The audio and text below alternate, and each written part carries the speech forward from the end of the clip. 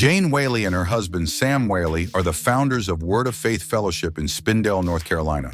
To outsiders, it was a sanctuary of community and faith, where members gathered to worship, share meals, and celebrate a shared belief in salvation.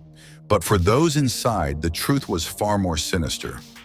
Rachel, not her real name, a single mother of two boys, was looking for a place to seek solace after a difficult divorce. She was welcomed with open arms by the members, and with time, she felt at home with her boys. At first, things seemed idyllic. Services were lively and spirit-filled. Jane was a charismatic leader who spoke with authority, and Rachel was drawn to her teachings, which she claimed she was chosen by God to lead the flock. But the more Rachel became involved, the cracks in the facade began to show. There were small rules like no television, no newspapers, and no contact with the outside world. Jane warned the congregation that they must keep their hearts and minds pure as the world is full of sin. This led to Rachel isolating herself from her old friends and family and focusing entirely on the church. The rules became more invasive. Jane and the other leaders dictated how members should dress, whom they could marry, and even how they should discipline their children. Members were required to report every thought of doubt or sin in public confessions, where their secrets were met with shouts of condemnation. Rachel's sons were not spared. The boys were subjected to blasting sessions, intense high-decibel prayers where adults screamed at them, supposedly to expel demons.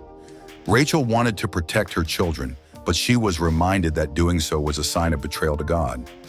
Over time, Rachel saw her savings drained as she was pressured to give more and more to the church. Sacrifice is the path to salvation, Jane would say.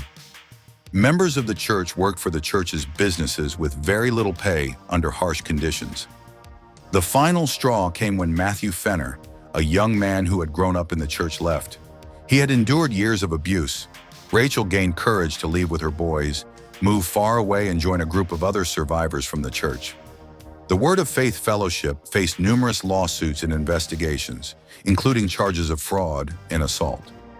Yet even as Jane Whaley denied all allegations, the stories of survivors like Rachel and Matthew revealed the truth.